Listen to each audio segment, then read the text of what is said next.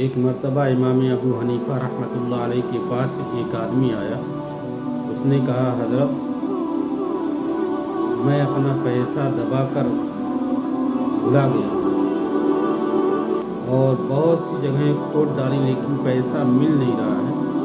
کوئی ایسی ترکیب بتا دیجیے, کوئی وظیفہ بتا دیجیے کہ مجھے وہ پیسہ یاد آ جائے اور مل جائے. تو امام اعظم ابو حنیفہ رحمۃ اللہ علیہ نے فرمایا کہ جا 2 رکعت نماز پڑھ, جب تک یاد نہ آئے تب تک تو نماز پڑھتا رہا.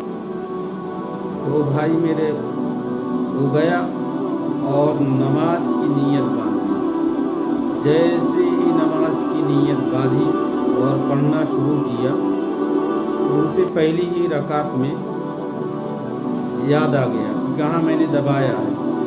فوراً وہ بندہ نماز توڑ کر بھاگ گیا. تو میرے بھائی اور دوستوں, شیطان جو ہے نماز میں طرح طرح کی وسوسے ڈالتا ہے اور طرح طرح کے خیالات آتے ہیں. تو اگر خود سے آتے ہیں تو کوئی بات نہیں ہے. اگر وسوسہ نماز میں خود سے آتا ہے تو کوئی بات نہیں ہے, فوراً توجہ ہٹا لینی چاہیے. اور اگر آپ خود یاد کرتے ہیں نماز میں کہ مجھے فلاں جگہ جانا ہے, فلاں کام کرنا ہے, تو یہ غلط طریقہ ہے.